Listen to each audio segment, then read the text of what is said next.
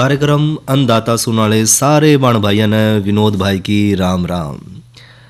किसान भाइयों, आज अन्नदाता कार्यक्रम में चर्चा करेंगे यूरिया गोल्ड पे और साथ में लेंगे भाइयों जानकारी ब्यात आए पशुओं की देखभाल पे और साथ ही लेंगे भाइयों जानकारी प्राकृतिक खेती में रस चूसक कीट नियंत्रण के लिए 10 परनी अर्क दवा पे भाइयों।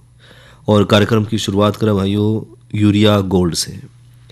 यूरिया गोल्ड भाइयों, यूरिया गोल्ड क्योंकि किसान भाइयों के मन में भी कई बार सवाल आवा है कि ये यूरिया गोल्ड है कि तो यूरिया गोल्ड भाइयों एक कह लें कि खाद की एक नई किस्म है जिसमें सल्फर कोटेड यूरिया इसमें हम इस्तेमाल कर रहे हैं और इसलिए इसमें भाइयों सल्फर यूरिया भी कहते हैं। और इसके इस्तेमाल का एक बड़ा फ़ायदा ये है कि इससे जो मिट्टी में सल्फर की कमी है वह पूरी हो जाए और जो मिट्टी की सल्फर की कमी है वो ख़त्म हो जाए। और इस समय भाइयों ये यूरिया जो है राष्ट्रीय केमिकल और फर्टिलाइज़र लिमिटेड कंपनी द्वारा बनाया जाने लग रहा है। और इसके अगर फ़ायदे की बात करें तो यूरिया गोल्ड लॉन्च करने का मुख्य उद्देश्य भाइयों ही था कि मिट्टी में जो उर्वरता की कमी है उसने हम दूर कर सकें और साथ ही जो किसान भाइयों के लिए जो शुरुआती लागत है उसने हम कम कर पाएँ। और यूरिया गोल्ड आर्थिक दृष्टि से देखें तो इसकी गुणवत्ता भी बहुत ज़्यादा बढ़िया है और इससे जो किसान भाइयों की जो आमदनी है उसमें भी बढ़ोतरी होगी। साथ ही यूरिया गोल्ड जो है आर्थिक दृष्टि से और जो गुणवत्ता के हिसाब से देखा तो जो मौजूदा नीम कोटेड यूरिया है उससे ज़्यादा बेहतर है क्योंकि भाइयों ये यूरिया मिट्टी में सल्फर की कमी ने तो दूर करा ही है, साथ ही साथ जो पौधे में नाइट्रोजन ने अवशोषित करने की जो ताकत है उसने भी बढ़ावा है जिससे यूरिया की जो खपत है वो कम हो जाए और इससे जो फसल का उत्पादन है वो ज़्यादा हुआ है। इसके अलावा भाइयों इसके इस्तेमाल में उर्वरक की जो खपत है वो कम हो जाए और साथ ही जो फसल की गुणवत्ता है वो तेजी से बढ़े है। सल्फर कोटेड यूरिया में नाइट्रोजन जो है धीरे धीरे निकला है जिससे यूरिया गोल्ड में जो ह्यूमिक एसिड है वो मिलाने से उर्वरक के रूप में इसका जो जीवन काल है वो बढ़ता चला जावा है। और यह न सिर्फ भाइयों मौजूदा यूरिया का एक अच्छा विकल्प है बल्कि इससे जो ज़मीन में उर्वरक का जो उपयोग है वो भी घटा है। और जो रिपोर्ट है उसके अनुसार तो 15 किलो यूरिया गोल्ड 20 किलो जो हमारी पारंपरिक यूरिया है उसके बराबर फ़ायदा देवा है। और इससे भाइयों किसान भाइयों के लिए जो है अधिक किफ़ायती और ज़्यादा प्रभावी विकल्प भी बन जाए है। और जो यूरिया गोल्ड है भाइयों यूरिया के जो उसका जो डाइवर्जन का मतलब जो और चीज़ों में भी यूरिया का लोग इस्तेमाल कर रहे हैं उससे बचाव है और इसका उपयोग हम सिर्फ खेती बाड़ी के लिए ही कर सके हैं, इसलिए इसकी जो ब्लैक मार्केटिंग है वो नहीं हो पाती। साथ ही भाइयों जो यूरिया गोल्ड है उस पर सरकार सब्सिडी की भी सोच रही है कि जिस रेट पर हमने नीम कोटेड यूरिया मिला है सेम उसी रेट पर जो हमने यूरिया गोल्ड भी उपलब्ध हो पाएगा। चर्चा जारी रखेंगे लेकिन इस संदेश के बाद। माननीय प्रधानमंत्री श्री नरेंद्र मोदी जी के दूरदर्शी नेतृत्व में पिछले 9 सालों में कृषि एवं इससे जुड़े क्षेत्रों को आधुनिक बनाने और किसानों को सशक्त एवं आत्मनिर्भर बनाने के लिए कई महत्वपूर्ण कदम उठाए गए हैं। साल 2013-14 में जहां कृषि बजट केवल 21,933 करोड़ रुपए था, वहीं साल 2022-23 में इसे बढ़ाकर 1,24,000 करोड़ रुपए कर दिया गया। तभी तो साल 2013-14 में जहां खाद्यान्न उत्पादन 265.05 मिलियन टन था, वहीं साल 2022-23 में यह बढ़कर 330.53 मिलियन टन हो गया। वहीं साल 2013-14 में बागवानी फसलों का उत्पादन जहां 280 मिलियन टन था, वहीं साल 2022-23 में यह बढ़कर 350.87 मिलियन टन हो गया। किसानों को कृषि संबंधी जरूरतों के लिए पीएम किसान सम्मान निधि योजना लागू की गई। प्रधानमंत्री जो सम्मान निधि आती है ना वो डायरेक्ट खाते में आती है, उसमें कोई दिक्कत नहीं, कोई व्यवधान नहीं। और फिर उसको निकाल के हम बाजरा को भी ले आते हैं, गेहूं को भी ले आते हैं, सरसों को भी ले आते हैं। बातें हमारी जो खेल चल तो बढ़िया। पीएम किसान सम्मान निधि द्वारा अब तक 11 करोड़ पात्र किसानों को 2,60,000 करोड़ रुपए से अधिक की धनराशि भेजी जा चुकी है। किसानों को प्राकृतिक आपदा और बेमौसम बारिश से होने वाले फसल नुकसान से बचाने के लिए प्रधानमंत्री फसल बीमा योजना की शुरुआत की गई। हमने 1,800 रुपये प्रीमियम भरा था। अधिक वर्षा होने की वजह से पूरी फसल खराब हो गई थी। उसका हमने इंश्योरेंस कंपनी को उनको सूचना दी और उनके प्रतिनिधि आके हमारे खेतों का निरीक्षण किया उन्होंने। और उसके बाद में फिर हमारा बीमा 2022 में 76,000 रुपये मुझे प्राप्त हुआ। प्रधानमंत्री फसल बीमा योजना के तहत अब तक 11 करोड़ 50 लाख से अधिक आवेदक किसानों को 1,35,248 करोड़ रुपए से अधिक भुगतान किया जा चुका है। साल 2014 के मुकाबले अब किसानों को दलहन, तिलहन और धान के उत्पादन लागत से 1.5 गुना ज्यादा एमएसपी दिया जा रहा है। इस बढ़े हुए एमएसपी दर पर साल 2020-21 में 2,44,159 करोड़ रुपए मूल्य की गेहूं व चावल की रबी और खरीफ फसलों की रिकॉर्ड खरीदी की गई। इसके तहत 991 लाख मैट्रिक टन से ज्यादा गेहूं व धान की खरीद की गई, जिससे 1 करोड़ 75 लाख से भी अधिक किसानों को फायदा हुआ। एग्री इंफ्रास्ट्रक्चर फंड के तहत 1 लाख करोड़ रुपए की मदद से कृषि और इससे संबंधित बुनियादी ढांचों को विकसित किया जा रहा है। AIF के थ्रू हमको लोन मिला, जिससे ये मिल चल रही है। इस क्षेत्र में ऐसी और भी मिलें हैं, और भी प्रोजेक्ट हैं जो चल रहे हैं। ये सरकार का बहुत अच्छा इनिशिएटिव है, जिससे गांव में खुशहाली आ रही है। 412,68,000 से भी अधिक किसानों को नए किसान क्रेडिट कार्ड जारी किए गए। मिट्टी में पोषक तत्वों के अधिकतम उपयोग करने के लिए किसानों को सॉइल हेल्थ कार्ड जारी करने की शुरुआत की गई। विभिन्न चरणों में अब तक 23 करोड़ से भी ज्यादा सॉइल हेल्थ कार्ड्स जारी किए जा चुके हैं। किसान की आय में बढ़ोतरी करने और पर्यावरण को स्वस्थ रखने के लिए परंपरागत कृषि विकास योजना को बढ़ावा दिया गया। ये गंगा के किनारे जैविक खेती करना ये बहुत ही जरूरी जो सरकार का उपक्रम है। प्रदूषण फैलता है, उससे भी उसको राहत मिलती है और इस तरह से फसल भी अच्छी होती है और उसकी गुणवत्ता भी अच्छी होती है। खेत स्तर पर जल उपयोग दक्षता बढ़ाने हेतु सूक्ष्म सिंचाई के प्रोत्साहन हेतु प्रति बूंद अधिक फसल योजना क्रियान्वित की जा रही है। नाबार्ड के साथ मिलकर 10,000 करोड़ रुपए का माइक्रो इरिगेशन फंड भी बनाया गया है। 10,000 नए FPO का गठन किया गया है। मैं APO का डायरेक्टर हूं। मेरा FPO पूरा हो गया है। 3,02,000 रुपया किसान का है शेयर होल्डर और 3,02,000 रुपया सरकार दी है। उससे हम लोग खाद बीज का दुकान किया हूँ। किसानों को उनकी फसल का उचित मूल्य दिलाने के लिए देश भर की मंडियों को आपस में ई-नाम प्लेटफॉर्म से जोड़ा जा रहा है। अब तक 1,000 से भी ज्यादा मंडियों को ई-नाम प्लेटफॉर्म से जोड़ा जा चुका है। ग्रामीण स्तर पर रोजगार को बढ़ावा देने के लिए राष्ट्रीय मधुमक्खी पालन और शहद मिशन की शुरुआत की गई। देश को खाद्य तेल में आत्मनिर्भर बनाने के लिए राष्ट्रीय खाद्य तेल मिशन की शुरुआत की गई। इसके तहत 11,000 करोड़ रुपए से अधिक की धनराशि से मिशन का कार्य प्रगति पर है। संवेदनशील कृषि उत्पादों की आवाजाही के लिए किसान रेल चलाई जा रही है। बहुत शीघ्र खराब होने वाली फल, सब्जियों एवं अन्य बागवानी उत्पादों की आवाजाही को सुनिश्चित करने के लिए किसान रेल का संचालन होने से किसानों को लाभ हो रहा है। कृषि को आधुनिक बनाने के लिए स्मार्ट उपकरण उपलब्ध करवाए जा रहे हैं।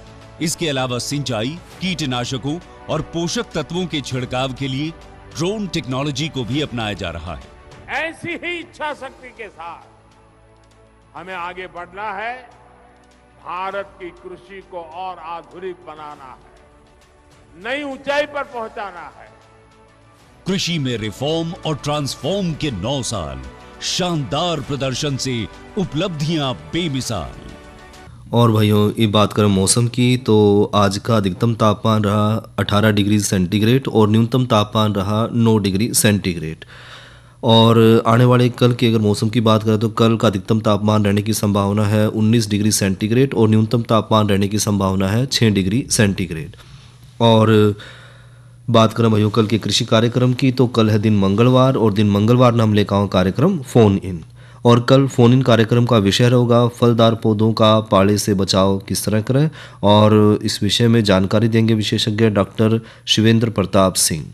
और भाइयों करवावा मनोरंजन, सुनाइयो लोकगीत।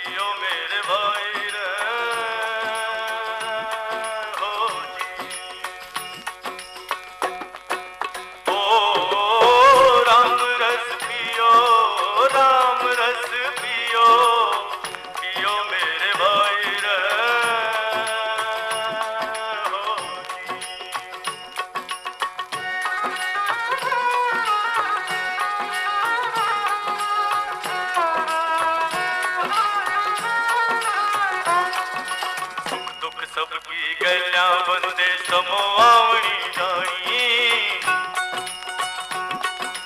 सुख दुख सबकी गल्या बंदे समो आवणी जानी मिलेगी बुराई जग में हो मिलेगी बुराई जग में करे जा भलाई मेरे भाई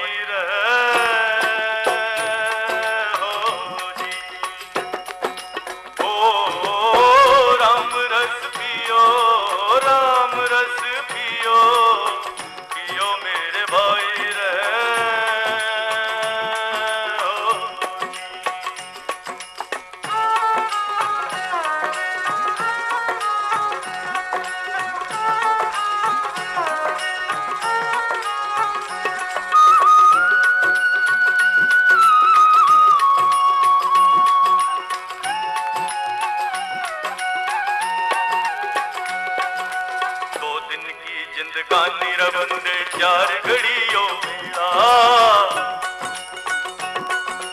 2 दिन की जिंदगानी रबंदे चार घड़ियों मेरा एक दिन सब न जाना रहोगा हो एक दिन सब न जाना रहोगा करे क्यों मंगाई मेरे भाई रे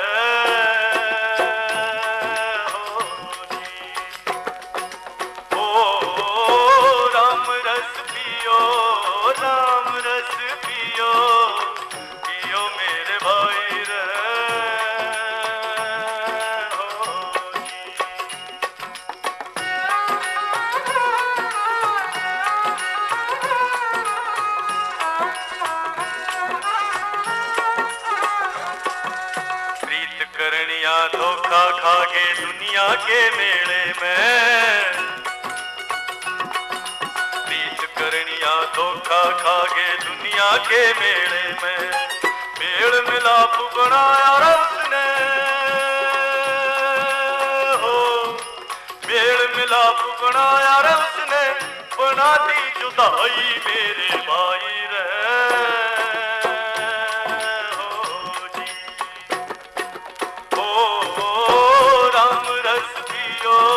राम रस पियो पियो मेरे भाई रे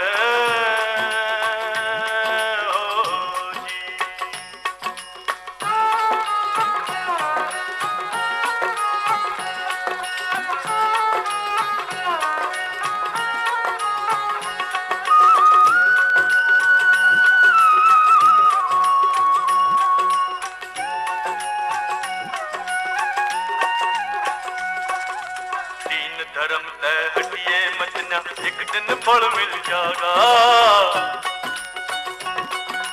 तीन धर्म तय हटिए मचना एक दिन फल मिल जाएगा कर ले जान हरि कर बंदे हो कर ले जान हरि कर बंदे करेगा सुनाई मेरे भाई रे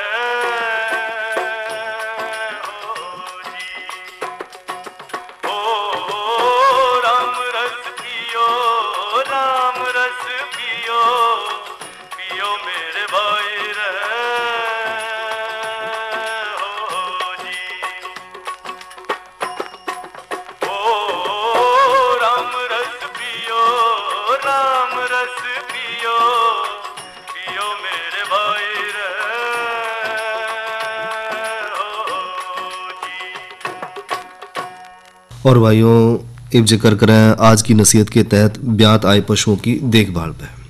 किसान भाइयों, वैसे तो पशु का ब्याना एक सामान्य सी प्रक्रिया है, लेकिन फिर भी जो पशुपालक भाई हैं या जिन्होंने बड़े बड़े फार्म बना कर रखे हैं पशुओं के पालन खातर, तो उन्हें तो पशुपालन करते हुए जो है पशु के जो ब्यान का समय है उसके ब्यान से पहला, ब्यान के दौरान और जब ब्यात हो जाए पशुओं की तो उसमें बड़ा ध्यान देने की ज़रूरत पड़े है। और ख़ास तौर पर ब्यान से 5-6 महीने पहले जो गाभिन पशु है उसके गर्भ में जो बच्चे का विकास हो रहा है उस खातर लगभग 2 किलोग्राम दाना जो है वो अतिरिक्त देना शुरू कर दें, ताकि बच्चे का भी विकास सही हो और साथ में जो मादा है उसका भी विकास पूरा हो। और साथ ही भाइयों पर्याप्त मात्रा में उसमें हरा चारा है, खनिज मिश्रण है और साथ में जो सादा नमक है वो भी उसने खिलावा, जिससे पशु ने संतुलित मात्रा में पोषक तत्व मिलते रहे। और साथ ही पशु के गर्भधारण की जो तारीख है वह लिख लें, जिससे ब्याण के समय की जानकारी हमने सही रहे और ब्याण तय जो पहला की जो अवस्था है उसमें पशु ने हम अच्छी तरह तय अलग तय पशु घर में रख सकें और जो पशु ब्याण का जो कक्ष है उसमें उसने हम समय तक पहुँचा दें। और साथ ही भाइयों जो कमरा है उसने पहले तो अच्छे से साफ कर लें और जो कोई भी संक्रमण है उससे मुक्त करके उसने रखें, मुलायम और सूखा बिछावन बिछा कर रखें। और साथ ही भाइयों जो पशु बाड़ा है उसमें पशु के रहने की जो जगह है वह आगे की तरफ तो नीची रखें और पीछे की तरफ ऊंची रखें, जिससे बच्चेदानी जो है वो बाहर आने की समस्या ना हो। साथ ही भाइयों जो गर्भावस्था की जो शुरुआती अवस्था है उसमें ज़्यादा दूध लेने वाले जो ज़्यादा दूध देने वाले पशु हैं या जो पहली बार ब्याह देने वाले जो पशु हैं उनका मिल्क फीवर यानी कि जो दुग्ध जवर है उसके होने की संभावना ज़्यादा रहा है। इसलिए भाइयों बचाव खातर उन्हें नियमित रूप से पर्याप्त मात्रा में हर रोज उनके आहार में खनिज मिश्रण के माध्यम से उसमें कैल्शियम और जो दूसरे आवश्यक पोषक तत्व हैं उन्हें पूरा करके रखें। साथ ही साथ ब्याण से 1-2 हफ्ते पहले उसमें विटामिन डी भी पर्याप्त मात्रा में पशु ने देना शुरू कर दें। साथ ही भाइयों ब्याण से लगभग 40 दिन पहला जो है जो पशुधन है उसका दूध निकालना बंद करता है, अन्यथा भाइयों जो पशु ब्याण का जो समय है वो आगे बढ़ जाएगा या फिर जो पशु है उसमें कमजोरी देखने मिलेगी। और इसके अलावा भाइयों ब्यात वाला जो पशु है उसका दूध का उत्पादन भी फिर घट जाएगा। और पशु ब्याण से पहला भाइयों या जो उसके ऐन का जो है बड़ा हो जाना है या योनि का आकार बड़ा हो जाना है या उसमें जो है थोड़ा सा गिरना है या पशु का बेचैन होना है या उसका खाना कर देना, इस तरह के जो सामान्य लक्षण है वो देखे जाओ हैं और इनका निरीक्षण करते रहें। ध्यान रखें कि पशु जो है बार बार उसका उठना बैठना है, उसकी जो प्रसव पीड़ा है या उसके कारण जो उसमें बेचैनी हो रही है उस समय पर जो है सुरक्षित दूरी बनाकर और पशु का पूरा ध्यान रखें, उस पर नज़र रखें और जो दूसरे पशु है उससे भी उसने अलग रखा। और भाइयों ब्याण के दौरान जो समय है वो लगभग 2 से 3 घंटे का समय है, लेकिन कई बार देखा जाएगा कि जो पहली बार ब्यात है उसमें 4 से 5 घंटे या उससे भी ज़्यादा कई बार समय लग जाए। और एक सुरक्षित दूरी बनाकर जो है पशु का निरीक्षण करते रहें, उसका ध्यान रखें। और जब जो भूरण है वो बाहर निकला तो उस अवस्था में भाइयों निरीक्षण करते रहें कि पहला पानी की थैली बाहर आवे और उसके फटने के बाद जो है बच्चे के दोनों पैरों के जो खुर हैं और मुंह वो पहले बाहर निकलने चाहिए। और क्योंकि यह प्रसव की एक सामान्य सी प्रक्रिया है, लेकिन अगर सामान्य स्थिति में प्रसव में किसी भी तरह की अगर कोई लक्षण दिखे कि किसी और तरह से जो है बच्चा बाहर निकल रहा है तो ऐसी स्थिति में भाइयों जो है तुरंत जो पशु चिकित्सक है उसकी मदद लेवाएं। और ब्याने के बाद भाइयों यानी कि जन्म के बाद जो है बच्चे के शरीर की सफाई अच्छी तरह तक करें। नाल ने ना भीतर 4 से 5 सेंटीमीटर नीचे तक साफ धागे न बांध कर उसके नीचे जो संक्रमण रहित ब्लेड है या फिर जो कैंची है उससे काट लें और जो काटा हुआ भाग है उस पर टिंचर आयोडीन का घोल लगा दें ताकि किसी तरह का संक्रमण ना होवे। और साथ ही भाइयों जन्म के 30 मिनट के भीतर बच्चे को माँ का जो पहला दूध है वो जरूर पिलावा, जिससे बच्चे में बीमारियों के प्रति रोग प्रतिरोधक जो क्षमता है वो बढ़े। और साथ ही भाइयों सामान्य परिस्थिति में जो है बच्चे के जन्म के 5 से 6 घंटे में जो जेर है वो बाहर आ जाए, लेकिन यदि उसके बाद भी 6 से 7 घंटे तक पशु जेर नहीं डाल रहा है तो तुरंत अपने पशु चिकित्सक की सलाह जरूर लेवें और उसका उपचार करें। और जेर की गिरती भाइयों जो पशु बाड़े में उसने तुरंत हटा लें जिससे पशु उसने ना खा सके और पशु को हल्का गुनगुना पानी जरूर पिलावें। और साथ में भाइयों जेर को ज़मीन में दबा कर उसकी जो है बढ़िया तरह से उसका निपटारा करें और एंटीसेप्टिक मिलाकर जो है साफ गुनगुने पानी में पशु के शरीर की साफ सफाई करें और पशु के शरीर के जो पिछला भाग है उसमें सरसों या नारियल के तेल से मालिश करें और शीरा या जो खांड का में नमक मिलाकर और चोकर मिलाकर पशु ने देवें, जिससे पशु ने ऊर्जा मिले, उसके शरीर में थोड़ी सी जान आ जाए। और साथ ही भाइयों पशु के जो हम दूध निकाल रहे हैं उसमें भी सावधानी रखें, क्योंकि ब्यान के बाद जो पहला दूध हम निकाला है उसमें ध्यान रखा कि जो थन की जो सभी रुकावट है वो साफ़ हो जाए और अधिक दूध देने वाले जो पशु हैं उनका सारा दूध एक बार में ना निकालें, नहीं तो भाइयों पशु में जो है दूध जवर होने की संभावना बढ़ जाए। और अगले दिन भाइयों दूध पूरा निकाल लें और साथ में भाइयों पशु को पर्याप्त मात्रा में कैल्शियम फास्फोरस युक्त जो आहार है, साथ में जो खनिज लवण है वह जरूर देवें। और पशु को दूध उतारने वाले जो सुपाच्य और जो पोषक आहार है, जिस तरह की गेहूं का चोकर हो गया, जई है, अलसी है, इस तरह का जो दाना है वो जरूर देवें। और साथ ही भाइयों ध्यान रखें कि कम से कम 1% जो है नमक खाने में जरूर पशु तय देवें। साथ ही जो रसीला है, सुपाच्य है, हरा चारा है, जिसमें 50 से 60% जो है दलनी हरा चारा हो तो पशु ने जरूर देवें। इससे भाइयों जो पशु में दूध उत्पादन देने की क्षमता है वो बढ़ेगी और साथ ही साथ जो है ज़रूरत के हिसाब से धीरे धीरे जो है उस खुराक ने बढ़ाना भी शुरू कर दें, ताकि जो है पशुधन स्वस्थ रहे, मजबूत रहे और साथ में जो उसमें दूध उतारा है जो दूध भी पूरा उतरे, ताकि उसका जो नवजात बच्चा है वो भी स्वस्थ रहे। इस तरह यदि पशुपालक भाई इन सब बातों का ध्यान रखेंगे कि ब्यात आने पहला हमने किन किन बातों का ध्यान रखना है कि जो लगभग जो ब्याण तक 5-6 महीने पहले जो है बच्चे को विकास खातर और माँ के जो है स्वास्थ्य खातर लगभग 2 किलोग्राम दाना अतिरिक्त देना जरूर शुरू कर दें। और साथ में उसमें हरा चारा है, खनिज मिश्रण है, सादा नमक है, इस तरह से उसने खिलावें कि पशु ने जो है संतुलित पोषक तत्व जरूर मिलते रहें। और उससे क्या है कि जब ब्यात का समय होगा तो ब्यात के समय पर जानवर जो है पशु है उसमें शरीर में इतनी ताकत होगी कि वो स्वस्थ और सामान्य प्रक्रिया तक जो है ब्यात उसकी हो जाएगी।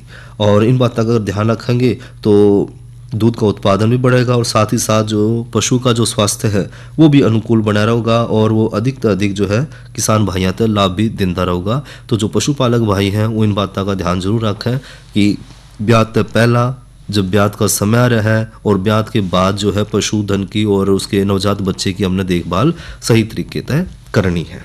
या तो भाइयों जिक्र करा कि ब्याण से पहले और ब्याण के दौरान और ब्याण के बाद पशुओं की देखभाल किस तरह करें।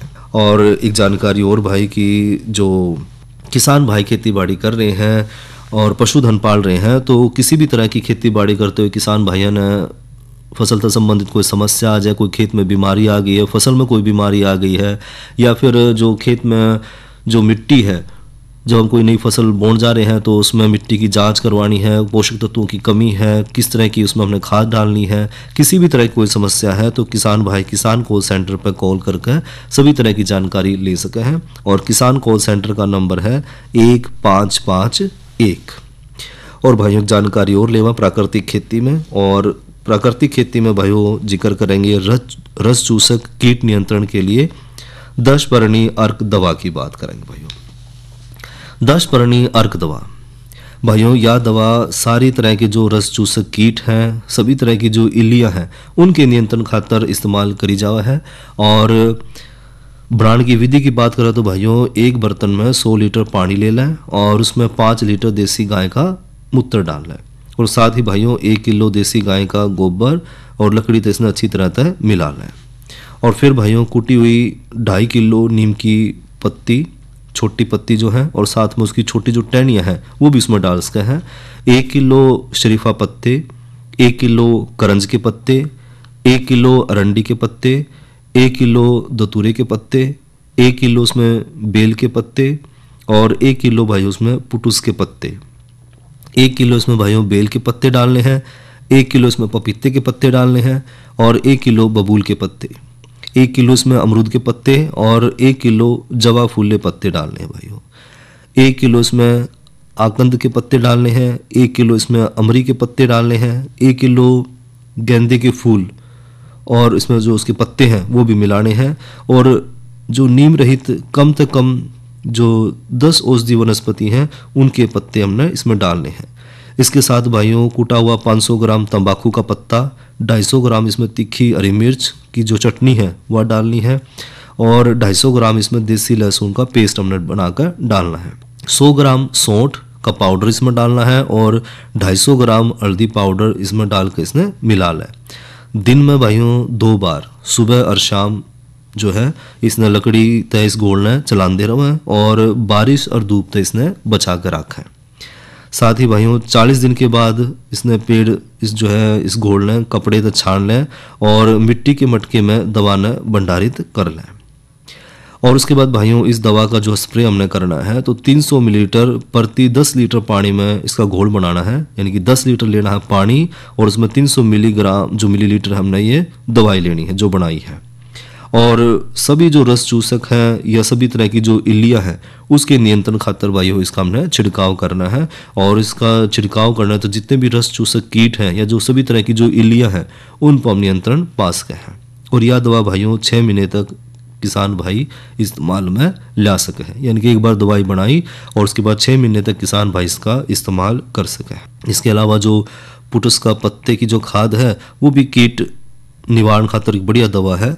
पत्ता खाने वाले जितने भी कीट हैं, जिस तरह की लाल वीवी नियंत्रण है, उसके लिए जो पुटुस का पत्ता है वो सुखा कर आग जला कर राख बना लें और एक तल्लर और जो दूसरे अन्य जो फसल है उसमें अगर सुबह शाम इसका छिड़काव करें तो इससे जो कीट हैं उन पर हम नियंत्रण पा सके हैं। और इस तरह जो प्राकृतिक खेती हम कर रहे हैं तो प्राकृतिक खेती में प्राकृतिक तरीका है, बगैर किसी केमिकल का इस्तेमाल करे, बगैर किसी दवाइयों का इस्तेमाल करे हम जो है प्राकृतिक दवाई बना सकें। और प्राकृतिक दवाई बना कर हम अपनी जो फसल है उसमें जो ये जो जहर हम छिड़कने लग रहे हैं खेतों में उससे बचाव कर सके हैं। और इस तरह जो आने वाली जो जातियां हैं, इंसान की हैं, पशु हैं, सब पे इसका असर पड़ेगा और देखने मिलेगा। और जो हमारे शरीर में जो जहर इकट्ठा होने लग रहा है वो हम नियंत्रित कर पाएंगे। इसलिए हमने प्राकृतिक खेती की तरफ बढ़ना चाहिए और आगे हमने बढ़ना भी पड़ेगा। ये तो बात करी भाइयों प्राकृतिक खेती में रस चूसक कीट नियंत्रण के लिए दशपर्णी अर्क दवा की। और इसी के साथ भाइयों आज के अन्नदाता कार्यक्रम का समय यहीं तक। अपने भाई विनोद ने दो इजाजत। अच्छा भाइयों, राम राम।